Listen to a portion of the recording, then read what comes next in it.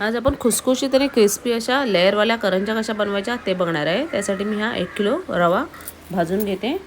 त्यात मी तूप टाकून छान असा गुलाबी रंगावर भाजून घेतला आहे रवा। आता हे डेसिकेटेड कोकोनट घेतलं आहे, ते पण भाजून घेतलं आहे। छान असं आपल्याला बारीक गॅसवर खरपूस भाजून घ्यायचं आहे।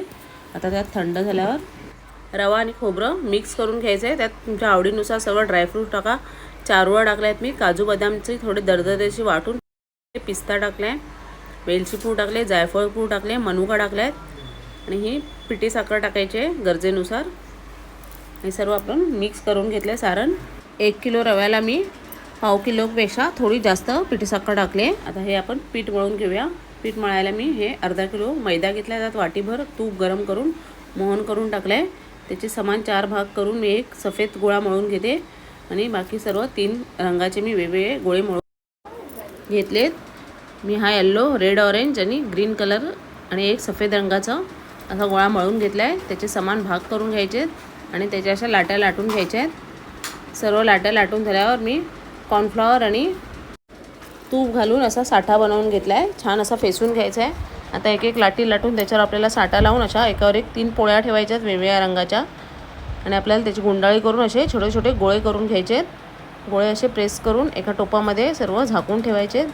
त्याच्यावर थोडंसं मी सुकं पीठ टाकते म्हणजे गोळे एकमेकांना चिकटणार नाहीत। असे सर्व गोळे बनवून घेऊन झाकून ठेवायचे आहेत आपल्याला। अजून दुसऱ्या रंगाच्या मी अशा 3 लाट्या करून घेतल्या आहेत। त्याचा असा रंग आला आहे, ते पण आपण त्या टोपात टाकून सर्व झाकून ठेवणार आहे। आता एक एक गोळा आपल्याला घेऊन लाटून घ्यायचा आहे आणि सारण भरून चिरणीने एक चिरून दाखवते मी। असं बर्ड्सने पाणी लावून घ्यायचं आहे म्हणजे छान चिटकून राहतं। करंजी आपली तुटत नाही।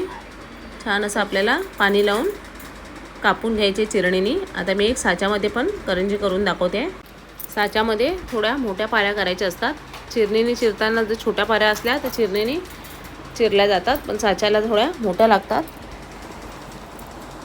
आता ही साच्यामध्ये मी एक पारी ठेवली आहे। त्याला आपल्याला 1 ते 1.5 चमचा सारण भरायचं आहे आणि पाणी लावून घ्यायचं आहे एका साईडनी।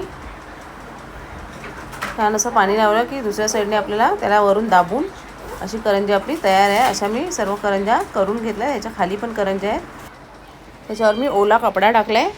अशा आपल्या सर्व करंज्या झाल्या। तर तेल पण छान आपलं तापलं आहे। आता दोन्ही साईडने अशा करंज्या मी तळून घेतल्या आहेत। कशी वाटली तुम्हाला ही खुसखुशीत आणि लेअरवाली करंज्यांची रेसिपी कमेंटमध्ये मला नक्की कळवा। आवडली असेल तर एक लाईक शेअर नक्की करा।